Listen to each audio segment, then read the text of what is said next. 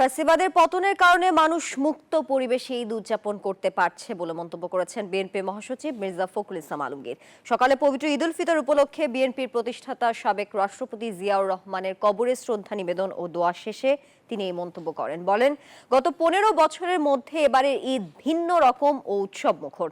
BNP মহাসচিব বলেন, গণতন্ত্রের স্বার্থে অন্তর্বর্তী সরকার জাতির কাছে দেয়া তাদের প্রতিশ্রুতি দ্রুত বাস্তবায়ন করবে।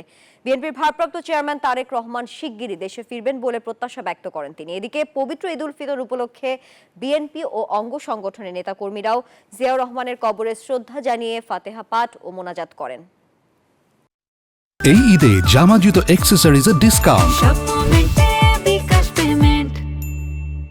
আজকের এই দিনে আমরা আশা করব যে দায়িত্ব দিয়েছেন সে দায়িত্ব সবাই সফল হবেন এবং বিশেষ করে অন্তর্বর্তীকালীন সরকার জনগণের কাছে তাদের যে প্রতিশ্রুতি সেই প্রতিশ্রুতি তারা পালন করবেন।